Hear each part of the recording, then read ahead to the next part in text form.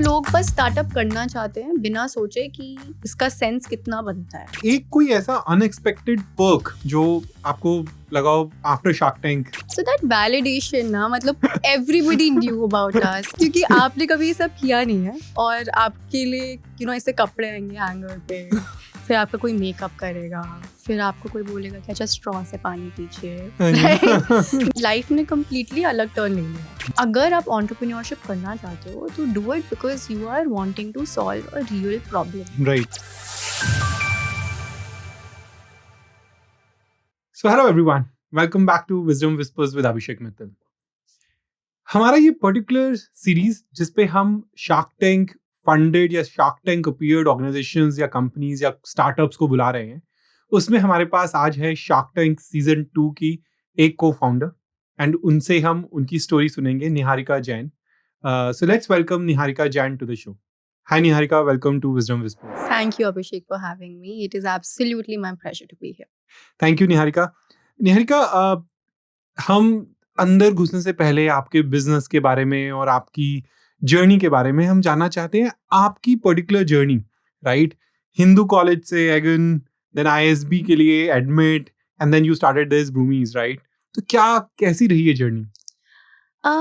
Actually काफ़ी interesting. मेरे को हमेशा से था कि मुझे एकदम कॉर्पोरेट वर्ल्ड में बहुत अच्छी पोजीशन पे पहुंचना है, कंसल्टिंग करना है. सो ऑब्वियसली 11th-12th में था कि बस अच्छे मार्क्स चाहिए बोर्ड में, किसी तरह से मतलब कोई अच्छा DU कॉलेज मिल जाए. एंड आई रिमेंबर जब मेरा 12th का रिजल्ट आया था, I actually got 95% and I was crying कि इसमें तो मुझे कुछ भी नहीं मिलेगा. And then I gave my papers for revaluation and then my marks got increased and that's how I got Hindu. But otherwise imagine, I mean, life would have had a very different Right. turn. So I feel like every step ना बहुत ही contributory रहा है to अब जहाँ पे मैं हूँ.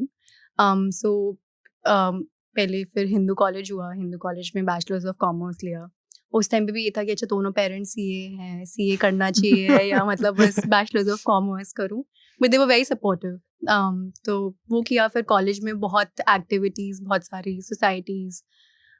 कभी भी मतलब मैंने ऐसे चिल नहीं किया कॉलेज में. मतलब मैं डे 1 से अच्छा इंटर्नशिप कौन सी करनी है. सो आई वाज वेरी मोटिवेटेड कि मतलब कुछ करना है, फोड़ना है. इंटर्नशिप्स में भी मतलब लंबा बैठती थी, कोई कुछ बोलता नहीं था, तब भी मैं 12 बजे तक काम करती थी कि नहीं मतलब मुझे करना है, मुझे सीखना है. और इसके बाद ऑब्वियसली ईगॉन कंसल्टिंग किया 2 साल.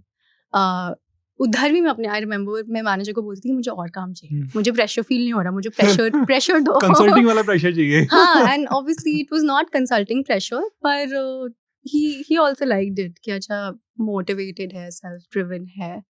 एंड देन जब मैं ईगॉन में थी तो फर्स्ट ईयर में मैं आई वाज स्टडीइंग कि मैं GMAT के लिए दूँ और फिर ISB हो. एंड ISB ही जाने का मन था, ऐसा नहीं था कि मैंने कभी IIMS के लिए ट्राई भी नहीं किया. तो ड्रीम कॉलेज टाइप्स था and I got it and I was very happy कि चलो अब तो सेट है लाइफ, हिंदू हो गया, ISB हो गया, consulting next step. And but yeah life had different plans. Covid happened. मैंने अपनी जॉब से 1.5 महीने पहले रेजिग्नेशन लेके कर दिया था कि अब मैं 2 महीने से 1.5-2 महीने ट्रैवल करूंगी, फिर ISB जाऊंगी. ट्रैवल प्लान तो हुआ ही चौपट. Covid. And then obviously then I was just thinking कि online MBA का कितना सेंस है. So I deferred my admission कि मैं next year जाती हूँ, मैं 1 साल देखती हूँ क्या करना है. In fact that was a very depressing phase because मैं अपनी लाइफ में हर चीज़ प्लान करती थी कि इसके बाद ये. अब कोविड हो गया, मतलब मुझे पता ही नहीं है क्या करना है. जॉब छोड़ दिया, जॉब में वापस भी नहीं जा सकती. कोई सबके सब तो वैसे ही कोई हायर तो ना करता उस टाइम पे. So yeah, that's how I actually asked on WhatsApp कि ISB ग्रुप पे कि कोई स्टार्टअप कर रहा है या नहीं. And that's how it started. And मतलब लाइफ ने कम्प्लीटली अलग टर्न ले लिया. सो हाँ, बहुत ही इंटरेस्टिंग जर्नी, बहुत अप एंड डाउन्स, बट हाँ बहुत एक्साइटिंग. नाइस. मेरे ख्याल से एक अच्छा डिसीजन था क्योंकि उस समय जो मुझे लगता है कि MBA is there for making your connections. यदि आप वर्चुअली हो तो शायद आप उतने कनेक्शंस तो नहीं बना पाओगे. Naturally you can learn, still वो लर्निंग तो हो सकती है, बट जो स्टार्टअप ने आपको एक्सपीरियंस दिया होगा वो एक ओवरऑल पूरा ग्राउंडिंग हो गया है वहाँ पे। या एब्सोल्युटली। एक तो पहली बात ISB 1 साल का कोर्स है, अब वो 1 साल में वैसे 6 महीने भी ऑफलाइन होता तो तुमसे क्या हो रहा है, right? So and then apart from that you right, मैं काफ़ी बार अभी तक सोचती हूँ कि यार MBA कर लेना चाहिए या क्या, बट आई फील इतना एक्सपोजर मेरे को शायद लाइफ टाइम में किसी जॉब में नहीं मिलेगा। और मैं जितना अभी काम कर रही हूँ, जितना मैं अभी चीज़ें संभाल रही हूँ, आई डोंट थिंक कोई ऑर्गेनाइजेशन दे पाएगी, एंड देगी भी तो maybe when I am 50 or 55 when I am CEO of a company और maybe a C-suite exec. तो in terms of exposure I think it is unmatched.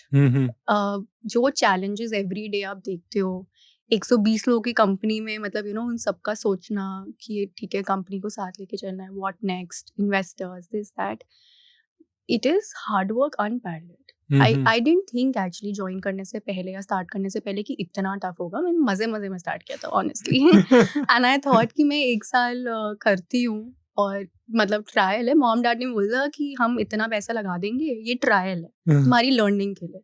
ऐसा कभी नहीं था कि हम मतलब ये फुल फ्लेजेड करेंगे।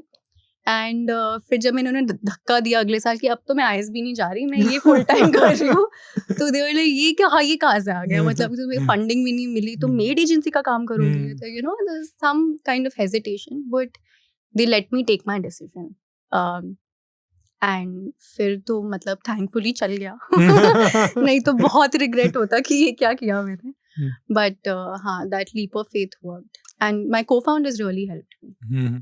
क्योंकि पहला ही स्टार्टअप चलना वो भी एक बहुत लकी बात होती है, क्योंकि जब बहुत सारे फाउंडर्स आए अभी शो पे, हमने डिस्कशन किया, एवरीवन सेड कि पहला स्टार्टअप जरूरी नहीं है चलेगा, आप फेल भी होगे, उसके बाद आप उठोगे, दोबारा उठोगे, फिर दूसरा आइडिया होगा, तीसरा आइडिया होगा, कुछ चलेगा, यदि आप में मोटिवेशन है तो होगा, right? But congratulations to you and to both the founders, the co-founders as well, जो ये फर्स्ट ही आप लोगों का स्टार्टअप चला, काफी अच्छा चल रहा है अभी। तो नेक्स्ट जो क्वेश्चन है कि हमने स्टार्टिंग में इंट्रोडक्शन में भी बोला कि आप लोग शार्क टैंक सीजन 2 में गए थे, राइट? हम थोड़ी सी अब उसके बारे में बात करते हैं। पहले हम जानना चाहते हैं, जब शार्क टैंक सीजन 2 में जब आप लोग अपनी 3 मिनट की प्रेजेंटेशन के लिए स्टेज पर गए थे, मैंने सुना है आपके इंटरव्यूज में, प्रीवियस इंटरव्यूज में, कि आपने लीड इसलिए लिया क्योंकि आपके दोनों को-फाउंडर्स बीमार थे, राइट? वो एक अपने आप में जिटर्स आ रहे होते हैं कि यार ये दोनों अब बीमार है, मैं इनका ध्यान रखूं, मैं क्या करूं तो उस समय की फीलिंग क्या थी? ऑनेस्टली उस टाइम डू और डाई था, मतलब मेरे पास ऑप्शन तो था नहीं, राइट? वैभव जो मेरे को-फाउंडर है, उन्हें 104 फीवर था एंड हम मलेरिया टेस्ट, ये test, because we were thinking कि what is happening, and Saurabh had food poisoning, so it just by default came to me and मैं बहुत बड़ी इंट्रोवर्ट हूँ, मुझसे I have stage fear, मैं बोल नहीं सकती हूँ स्टेज पे and I had to do it, I didn't have an option. मैं ये नहीं बोलूँगी मेरे लिए बहुत easy था, because मैंने prepare किया था।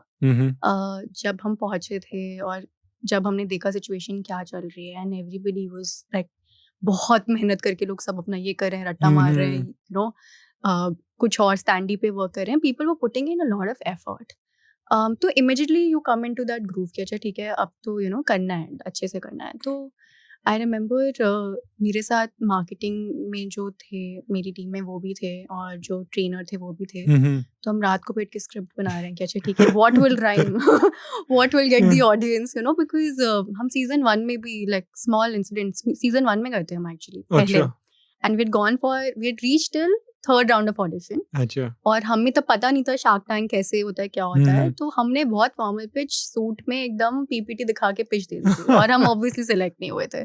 सो this time we knew that it had to be different, it could not be normal, right? तो हमने इसलिए एफर्ट लगा के कि अच्छा ठीक है कैसे आप ऑडियंस को ग्रैब कर सकते हो, हाउ विल यू पिच जिससे कुछ डिफरेंट लगे, इम्पैक्टफुल लगे। तो हाँ, तो मतलब मेरे को याद है उन्होंने बोला था कि एक तो बहुत ही स्कैरी होता है, ठीक है क्योंकि आपने कभी ये सब किया नहीं है और आपके लिए ऐसे कपड़े आएंगे हैंगर पे, फिर आपका कोई मेकअप करेगा, फिर आपको कोई बोलेगा कि अच्छा स्ट्रॉ से पानी पीजिए, देन जब आप वॉक करने के लिए बस जा रहे हो और आपका पसीना छूट रहा है तो कोई आपका टचअप कर रहा है, तो it is daunting. It also makes you feel good, but daunting तो है, right? And then it is one shot. ऐसा नहीं है कि कोई री-एडिट्स या कुछ भी होगा. वो 3 मिनट की पिच तो वन शॉट. हाँ, उसके बाद भी वन शॉट है. अच्छा. उसके बाद दे डोंट कट एनीथिंग. तो मतलब 1 घंटा 10 मिनट तक की पिच है और वो वन शॉट है. तो आई रिमेम्बर उन्होंने बोला था, सो अगर आप शार्क टैंक का स्टेज देखो ना, फ्लोर पे एक पीकॉक बना हुआ है. राइट. सो उनका क्यों होता है कि आप जाओ और पीकॉक के पैर पे रुक जाना. That is your camera angle. तो मैंने वो देखा ही नहीं और मैं वॉक करते करते आगे चली गई. And then I was like, अब मैं पीछे तो नहीं जा सकती. तो मैंने पूरी पिच गलत एंगल पे खड़े होके दी थी. सो you know those instances kind of make it very funny and make it very different कि अच्छा ठीक है क्या क्या एक्सपीरियंसेस हो सकते हैं. एंड जैसे जैसे पिच हुई, स्टार्ट हुई एंड कुछ जोक्स पे शार्क्स लाफ्ड, तो कॉन्फिडेंस आता है कि ओके इट्स वर्किंग. ऐसा नहीं है कि फ्लैट पिच जा रही है. तो उससे काफी हेल्प हुआ. रिएक्शन आने से ना वो एक कंफर्ट मिलना शुरू हो जाता है कि यार चलो वो लोग कनेक्ट कर पा रहे हैं मुझसे. या एंड मतलब फिर लगता है चलो ठीक है ये पार्ट हो गया, अच्छा इतना सा बचा है, बस इतना सा पार्ट करना है. सो ये सब हुआ एंड उसके बाद the starting part went very well. और इसमें बहुत बड़ा हाथ जो हम हेल्पर लेके गए थे हमारे साथ, उनका भी था, because she was so good. और हमने उनको इतना कुछ ट्रेन नहीं किया था, यू नो. एंड वो बहुत अच्छे से बोली. हाँ, बहुत एफर्टलेस और बहुत जेन्युइन. और इट केम अक्रॉस एज हमने जितना सोचा था उससे बहुत ज्यादा बेटर इट केम अक्रॉस. तो वी वर वेरी हैप्पी कि चलो कहीं पे फक अप नहीं हो रहा, अभी बस यहाँ तक ठीक जा रहा है. और हमें बस ये था कि किसी तरह कोई हमें ऑफर दे दे कि बेइज्जती ना हो please. So that was the entire you know um. And I think first 20 minutes में we got an offer which was very fast. किसी ने हमसे कोई नंबर नहीं पूछा, किसी ने हमसे कोई भी नंबर रिलेटेड बात नहीं हुई. Actually they didn't ask us revenue, they didn't ask us कितने वर्कर्स हैं, कितने लगाए, nothing. And we had our first offer. And then obviously it became a hustle कि अच्छा ये अब कौन कर रहा है. तो किसी को कुछ ज्यादा पूछने का चांस ही नहीं है. They were already very impressed with how the question answer round went. And I think मैंने ये किसी और पिच में नहीं देखा कि numbers पूछे हैं. So that was very encouraging for us. Went well. Nice. तो एक कोई ऐसा unexpected perk जो आपको लगा after Shark Tank season 2 went air कि यार ये तो हमने सोचा नहीं था, ये भी एक है, उसका एक प्लस पॉइंट है. Actually a lot. First of all, my LinkedIn crashed. मैं अभी तक अगर मैं LinkedIn खोलूं तो मैं एक पॉइंट के बाद नीचे नहीं जा सकती मैसेजेस में, क्योंकि इतने सारे messages came and so many, especially a lot of females saying that we felt very inspired and मतलब बहुत अच्छा लगा आपका देख के. And I still feel bad कि मैं reply नहीं कर पाई, you know, because it बहुत immense love. So that felt very nice. And second, I remember at that point of time, fun fact, I was going to get married. उस time पे रिश्ते की बात चल रही थी. And my co-founder is my husband. Okay, so what happened was that his mother started getting calls कि तो पिच बहुत अच्छी थी, and she was telling everyone कि यही तो बहू है. so I remember like extended family, relatives, everyone, even in the wedding, everyone was like, we've seen you on Shark Tank. हमने आपको Shark Tank पे देखा था. So that validation ना, मतलब everybody knew about us. And I remember मैं एक बार I was at the hospital and I was कुछ काम हो रहा था. आई रिमेंबर कुछ टेस्ट के लिए गए थे हम, एंड उधर किसी ने रोक के बोला कि आपको हमने शार्क टैंक पे देखा है. देन हम एक बार जा रहे थे, ड्राइवर ने बोला आपको हमने टीवी शो पे देखा है. So you know that feels nice obviously, because as an entrepreneur का आप ये थोड़ा ना सोचते हो कि आप फेमस हो जाओगे. मतलब दैट इज नॉट कि आप क्यों, आप इसलिए तो आप स्टार्टअप नहीं करते हो. So this was a different feeling, different angle जो हमने एक्सपेक्ट नहीं किया था. तो या felt very nice. हमारे शार्क्स को भी फेमस करने में शार्क टैंक्स का बहुत बड़ा हाथ है, उनको पब्लिक फिगर बनाने में. दो they were very successful, but then everyone knows कि यार ये अनुपमा, अच्छा ये अमन है, अच्छा ये पीयूष है. I think from entrepreneurs to celebrities, बिल्कुल, जो शार्क्स गए हैं, that's been because of Shark Tank. Right. Now you see Aman everywhere. Yeah. अभी वो उसमें भी मोदी जी के swearing में भी था. And then he was also there at Cannes last year. Yeah. Crazy. That's how your life changed with one thing which gets success, right? Yeah. आपने कहा 20 मिनट्स के अंदर आपको ऑफर मिल गया था, yeah. right? उस 20 मिनट्स में ऐसा कहीं लगा था कि यार अच्छा अब तो हमने शायद हिट कर दिया है, अब हमको शायद मिल जाएगा? हाँ, actually after that first offer I was very relieved कि अब हम लें या ना लें, चलो ले तो लेंगे ही, ऑब्वियसली लेना तो है बट वी न्यू कि ठीक है एटलीस्ट ये पिच एयर होगी, बिकॉज द फैक्ट इज कि बहुत सारी पिचेस एयर नहीं होती, स्पेशली जिनको ऑफर नहीं मिलता वो तो एयर होती ही नहीं है, बहुत कम एयर होती है, और जिनको ऑफर मिलता है उसमें से भी एयर नहीं होती है पिचेस। तो इतना एफर्ट 4 राउंड्स, फिर बॉम्बे और ये सब वो सब, बस एक्सपीरियंस के लिए तो नहीं, ऑब्वियसली वी वांट कि एयर हो, तो that was one relief. And second is you must have seen now, जैसे लोगों की पिच गई है on the show, it has defined so much कि उनका पोस्ट शो कैसा बन गया है इमेज, राइट। जिन स्टार्टअप्स को ग्रिल करा गया है या फिर जिनका सही नहीं गया है, I have seen business has affected, and I see कि अच्छा इन्वेस्टमेंट सेंटिमेंट भी अफेक्ट होता है कि ठीक है कितनी हिट गई वर्सेस कितनी हिट नहीं गई। तो वो रिलीफ तो बहुत ज्यादा था कि अब एक तो मिल गया है, अब हम देख लेंगे कि इनी मिनी माइंड वो हमें कौन सा करना है, बट एटलीस्ट एक तो है हमारे पास। आपको 3 शार्क से ऑफर मिला, राइट? पीयूष, नमिता एंड नमन। तो उस समय क्या फीलिंग थी कि अच्छा अब हम साइन कर दें, अब हम उनसे ऑफर ले लें? एक्चुअली अगर आप पिच देखो तो अनुपम का offer was a better offer, the valuation was better, everything was nice, and हम जब बाहर गए थे टू डिस्कस तो हम तीनों में एक्चुअली झगड़ा हो रहा था कि ये क्या करना है हमें, क्योंकि मैं बोल रही थी कि 3 शार्क्स लेते हैं, and obviously the other founders were saying valuation better है, let's get Anupam on board. But at that time I thought कि यार अगर 3 शार्क्स लेंगे तो पक्का एयर होगी क्योंकि इतना आइडिया नहीं था, तो आई थॉट कि तीनों आ जाएंगे, मजा आएगा, तीनों को लेते हैं। तो I went, and since I was pitching, they didn't even have the option to say anything. तो मैं गई और मैंने बोला हाँ आप 3 हो चाहिए, हम एक्चुअली ट्राई करते कि 4 आ जाए, but Anupam did not want that. तो फिर हमने 3 शार्क्स वाला ऑफर ले लिया, and we had 3 checks, 3 founders. तुम बहुत खुश थे कि एक चेक मिल गया। 3 co-founders, 3 investors, तो बहुत बढ़िया। अच्छा, अब एक छोटे से क्विकली रैपिड फायर करते हैं, we will not get into detail in those answers. I know आपके इंटरव्यूज में बोल रखा है, बट फिर भी आपसे क्वेश्चन पूछता हूँ कि which is you think better, bootstrap or funded? Funded. Okay. You spend more time in reading or on social media? Social media. Okay. Guilty. You would like to spend marketing budget through influencer marketing or social media marketing? Social media. Social media. Okay. If I look at our very seasoned businessmen in India, so Mukesh Ambani, Anand Mahindra or Gautam Adani, do you follow any one of them? Yeah, actually I do. Anand Mahindra, because मतलब एक generation gap नहीं रखता उनमें, so yeah. हाँ, वो एक बहुत बड़ा पॉइंट है, because आनंद महिंद्रा से बहुत सारे लोग कनेक्ट कर पाते हैं। Correct. जो सोशली जो चीजें करते भी है ना, वो बहुत हिट करती हैं आपको, जाके आपके दिल में लगती है अच्छा यार इस बंदे ने ये किया, तो वो एक बहुत बड़ा कनेक्ट होता है। मल्टीपल फाउंडर्स हैं आप लोग, राइट? क्लैश ऑफ थॉट्स होते होंगे बहुत।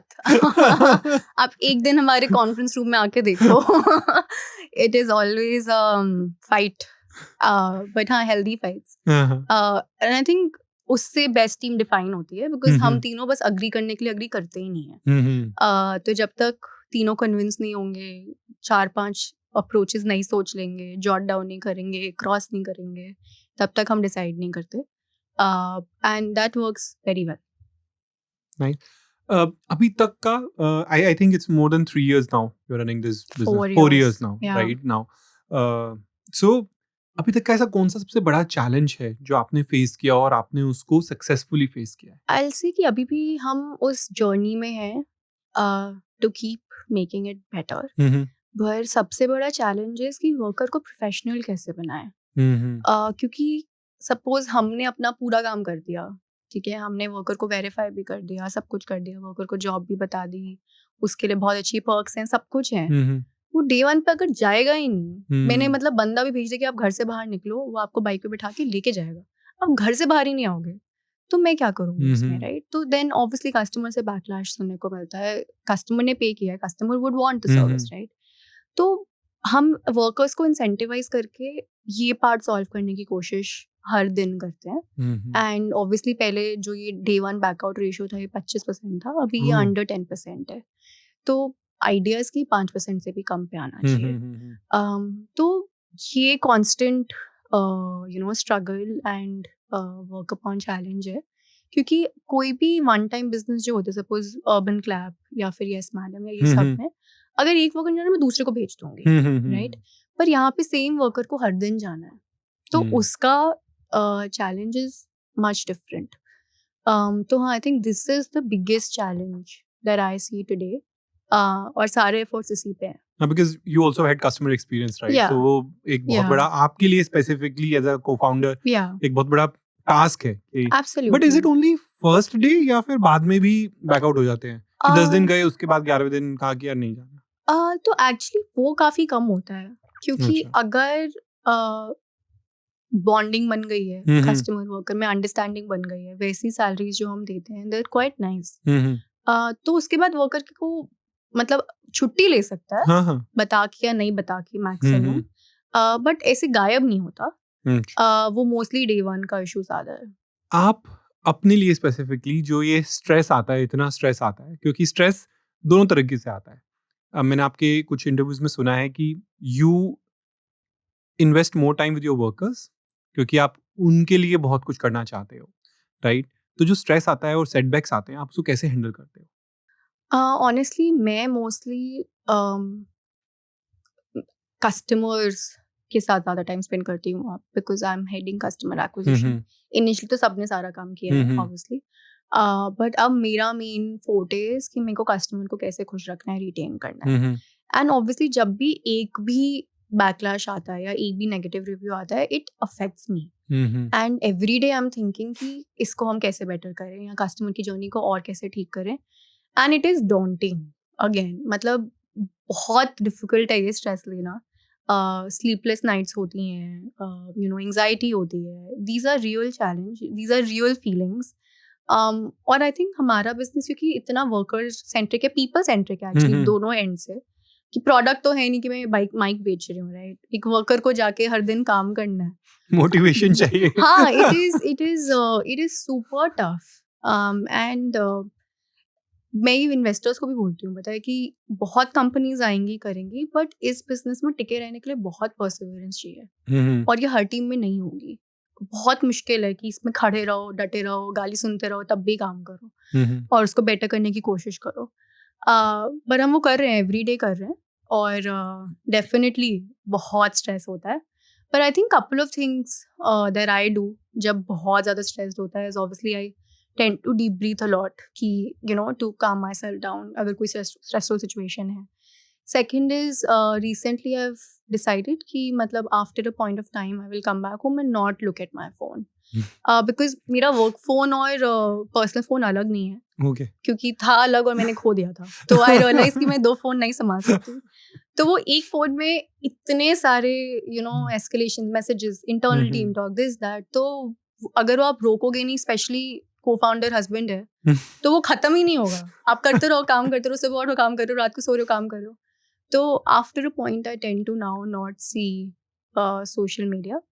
मतलब हाँ, भी हफ्ते में 3 दिन तो मैं चीट डे कर देती हूँ कि अच्छा देखना है, कुछ हो तो नहीं रहा है, कुछ फट तो नहीं गया है। पर हाँ, I think I am not there yet, क्योंकि 4था साल ही है अभी, तो मे बी 3-4 साल और लगेंगे शांत होने में। अभी तो शांत नहीं है।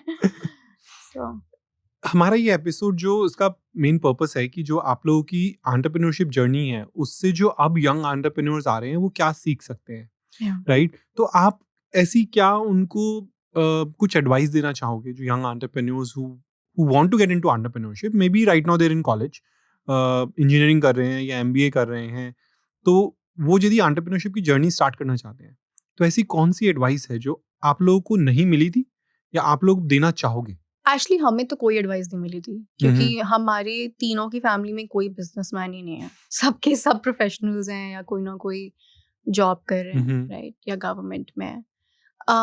तो आई थिंक जो मैं आजकल देख रही हूँ यंग एंटरप्रेन्योर्स में, विच मेरे को फुली रेजोनेट नहीं होता, इसकी अभी स्टार्टअप का ट्रेंड है, राइट? पहले जॉब का था, कंसल्टिंग का था, अब स्टार्टअप ट्रेंड है। तो लोग बस स्टार्टअप करना चाहते हैं बिना सोचे कि इसका सेंस कितना बनता है।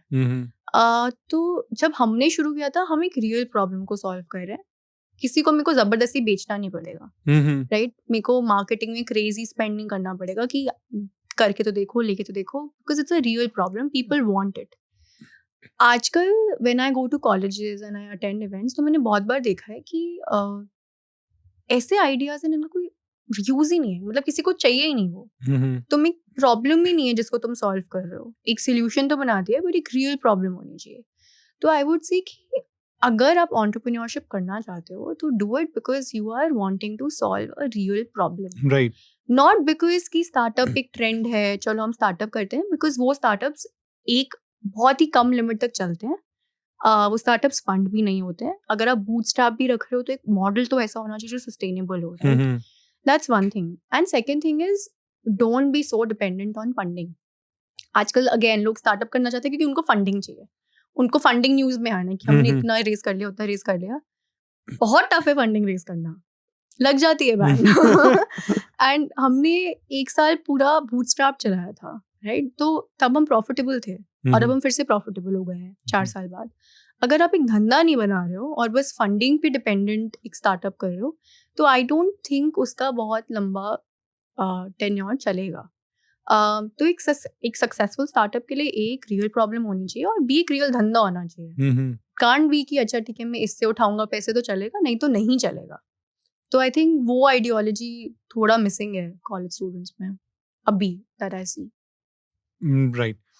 एक और चीज, अभी आपने जैसे कहा प्रॉफिटेबल, अब आप 4 साल बाद दोबारा प्रॉफिटेबल हो गए, फर्स्ट ईयर वाज प्रॉफिटेबल, तो क्या आप लोग अपनी सैलरी विड्रॉज करते हैं? हाँ, तो हम ईयर 2 से सैलरी विड्रॉ कर रहे हैं। And I think that is needed, क्योंकि हमने 2 साल नहीं विड्रॉ किया था। एक साल जब हम पूरा बूटस्ट्रैप थे और उससे पहले 1 साल हमने एक्सपेरिमेंट भी किया था, 1.5 साल, मतलब टोटल आई थिंक 1.5 साल के करीब। एक पॉइंट के बाद मोटिवेशन थोड़ी किल हो जाती है, राइट? कि अब इक्विटी कब बनेगा वो तो आई थिंक 10 साल भी रुकना पड़ सकता है, राइट? तो यू नीड कि आप अपने डेली एक्सपेंसेस, एक थोड़ी सी डिसेंट लाइफ आप लीड कर पाओ। तो हाँ, आई थिंक सबको विड्रॉ करनी चाहिए once you are earning a certain amount. जब हम अर्न कर रहे थे certain amount revenue wise, that's when we started withdrawing salaries. अभी तक, क्योंकि अब मैं एनसीआर रीजन की बात कर रहा हूँ, राइट? आप लोग काफी एक्टिव हो 3 सिटीज में and even in Pune, right? And Bangalore. तो कभी कोई ऑफर आया है कि अच्छा, बिकॉज ऐसे बड़ी बड़ी ऑर्गेनाइजेशंस हैं जो कि बहुत एक्टिव है, कभी ऑफर आया है कि अच्छा बेच दो? बेचने का ऑफर नहीं आया है, फ्रेंचाइजी के बहुत ऑफर्स आए हैं कि हमें इस सिटी में करना है तो हम ब्रूमीज के अंडर करें, which we are not very open to, because जब हमसे क्वालिटी मेंटेन करने में हमारी बैंडविड्थ नहीं है तो कोई और कैसे करेगा? हाँ बिल्कुल, क्योंकि आपके प्रोसेस सेट भी हो गए तब भी टाइम लगता है, क्योंकि लोगों को मोटिवेट करना, जो हमने बात करी उन स्पेसिफिकली वर्कर लेवल पे बहुत टफ है। बहुत टफ। एंड ऑल्सो मतलब आई थिंक प्रोडक्ट में फ्रेंचाइजी बेचना आसान होता है, पर सर्विस कंपनी में तो बहुत टाइम लगेगा उस लेवल पे पहुंचने में। सो या not an acquisition offer, because बहुत सारे प्लेयर्स नहीं है इस इंडस्ट्री में। क्वेस्ट कॉर्प है जो पब्लिक लिमिटेड है, जो B2B करती है। देन अर्बन क्लैप है जो वन टाइम करती है। तो कोई ब्रूमीज का बड़ा प्लेयर नहीं है, अनलाइक FMCG और यू नो। नहीं, बट अर्बन लैडर जो अर्बन क्लैप है, यही इतना बड़ा प्लेयर है अपने आप में कि they can give offer to many other smaller players. क्या बट उनका विजन भी अलाइंड होना चाहिए। सो हम अर्बन क्लैप के फाउंडर्स से काफी बात करते हैं, डिस्कस करते हैं, एडवाइस करते हैं, बट एडवाइस लेते हैं। बट अगेन उनका vision is one time, not you know a recurring service. तो आई थिंक वो विजन जब तक अलाइन नहीं होगा, मे बी प्रोडक्ट लेवल पे या सर्विस लेवल पे, तब तक acquisition will be on hold. Good. एक लास्ट क्वेश्चन, ऐसी कोई बुक्स या पॉडकास्ट या कोई रिसोर्सेज या मेंटर्स जिनको आप रेफर करते हैं और keep going back to them कि अच्छा अब क्या करें, कैसे करें? ऑनेस्टली मेरे को ऑनलाइन तो नहीं मिला है कुछ, और टाइम भी नहीं है क्योंकि पहले ही इतना ज़्यादा, because I look at marketing and customer acquisition, मेरा already social media exposure is a lot. तो मुझे लगता है मैं इसको कैसे रिस्ट्रिक्ट करूं कि मेरे को और ना देखना पड़े। But very frankly I feel ये एक रियल गैप है इस इंडस्ट्री में कि जो रियल फाउंडर्स हैं, आई am not talking about just Faf knowledge, right, पर जो रियल फाउंडर्स है जिनको रियल इशू आते हैं कि ठीक है PMF क्या है, क्या क्या होता है, यूनिट इकोनॉमिक्स कैसे निकलती है, वो कोई नहीं बता रहा है. इवन अगर आप गूगल पे जाओ और आपको सब चीज़ों का आंसर मिलेगा, बट जो स्टार्टअप टर्मिनोलॉजीज है अगेन कोई नहीं बता रहा है. जिस तरीके से इंडियन बिजनेसेस वर्क करते हैं या फिर इंडियन इन्वेस्टर्स आपको जज करते हैं, वो इन्फॉर्मेशन नहीं है अवेलेबल. एक कैक का भी मैं अगर डेफिनेशन देखूँ गूगल पे, it is very different compared to how Indian investors calculate your CAC. तो एक्चुअली मुझे काफ़ी बार लगता है कि मे बी कोई आए, कोई स्टार्ट करे to give real knowledge about this, पर आई थिंक जो रियल फाउंडर्स है ना उनके पास टाइम ही नहीं है ना बताने का और ना सुनने का. और ये इंक्यूबेशन सेंटर्स हैं बहुत सारे आजकल जो बहुत हेल्प कर रहे हैं आजकल. मतलब मैंने एक मेरे गेस्ट थे जिनसे मैंने बात करी थी, वो इंक्यूबेशन सेंटर ही चलाते हैं, but they run it in Pune. उनका बहुत पुणे फोकस्ड है क्योंकि नेचुरली ये ऐसा कुछ नहीं है कि जो आप ग्लोबली या नेशनल लेवल पे खोल सकते हो. आपको एक कम्युनिटी को सपोर्ट करना है. तो सो ये बहुत सारे हैं आजकल incubation centres, even in different cities बहुत सारे हैं जो कि हेल्प करते हैं. I know they can not help everyone. यदि जैसे आपने कहा कि बहुत सारे स्टूडेंट्स हैं जो करना चाहते हैं, उनके पास आइडियाज हैं, जब तक आप एक स्केल तक नहीं पहुंचते वो इंक्यूबेशन सेंटर्स भी आपको हेल्प नहीं करेंगे. नहीं, right. And I think so हम लोग 100x फंडेड हैं, and 100x is an kind of an accelerator. They do help a lot. तो उनसे काफी हेल्प मिलती है. And obviously real life mentors हैं जिन्हें आप ढूंढ नहीं सकते. They just bump into you. जैसे I remember we have this mentor called mister Arun Seth. उन्होंने बहुत कंपनीज को इंक्यूबेट किया. अर्बन क्लब को उन्होंने काफ़ी बताया. जेप्टो में फाउंडर हैं, इन्वेस्टर हैं, etcetera etcetera. And he was our customer. हमें नहीं पता था कि वो इतने बड़े वो हैं. एंड उन्हें हमारी सर्विस बहुत अच्छी लगी और उन्होंने उसके बाद डिसाइड किया कि लेट्स मीट, बात करते हैं. And that's how we have made a bond with him और अब वो हमारे मेंटोर है. बट अदरवाइज आई थिंक 3 साल तो हम विदाउट 100x था, बट अदरवाइज कोई मेंटोर नहीं था. तो मतलब अपने भरोसे और हम भरोसे हो. फिर कॉल करके किसी स्टार्टअप फाउंडर को जानते तो उससे पूछता, चाहे भाई बता दे यूनिट इकोनॉमिक्स कैसे निकालता है, तो मैं एक बार देख लेता हूँ. राइट.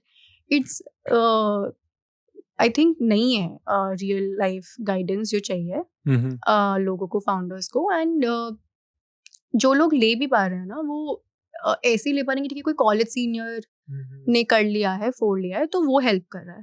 पर जैसे अगर आप ड्यू की बात करो तो ड्यू में बहुत कम फाउंडर्स हैं. आई think I can count on finger tips जिन्होंने डिसेंट स्टार्टअप्स स्केल कर लिए हैं. तो फिर उनके लिए तो बिल्कुल ही कोई वो नहीं है. ड्यू स्टूडेंट्स कहाँ जाएंगे फॉर एग्जाम्पल. तो हाँ, मतलब ये है, गैप है ये. Good to know. क्योंकि एक अब आई होप कि after people listening to this वो इस गैप को फिल करने की कोशिश करें, क्योंकि इंक्यूबेशन सेंटर बन सकता है डीयू में भी, राइट. मुझे नहीं पता है या नहीं है, टू बी ऑनेस्ट. और अगर कोई है भी ना तो उसका जिसको जो रन कर रहा है उसने स्टार्टअप किया हुआ होना चाहिए ना. अभी भी आई फील लाइक अगर if I had to start, और अगर मैं कॉलेज में होती और मुझे स्टार्टअप करना होता अब नोइंग दिस, तो मैं एक स्टार्टअप में इंटर्नशिप करती या मैं एक स्टार्टअप में फुल टाइम काम करती, फाउंडर्स ऑफिस में काम करती, उनसे सीखती और फिर अपना स्टार्ट करती.